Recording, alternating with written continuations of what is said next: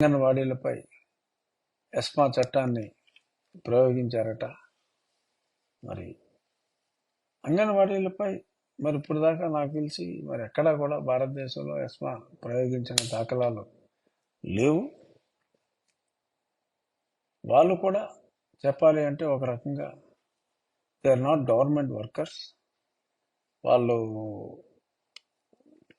The come under different service.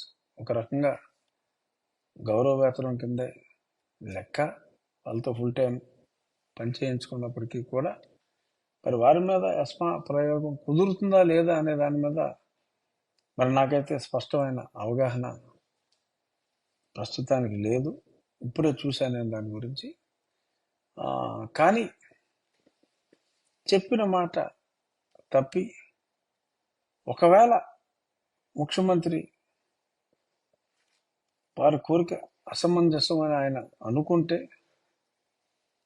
వాళ్ళని పిలిచి మాట్లాడాలి. కనీసం వాళ్ళని పిలిచి మాట్లాడకుండా, తెలుసుకునే ప్రయత్నం కూడా చేయకుండా ఇంత నిర్లక్ష్యంగా, నియంతల, రాచరికంలా ఈ ప్రజాస్వామ్యంలో బిహేవ్ చేయటం అనేది it's not at all in good taste.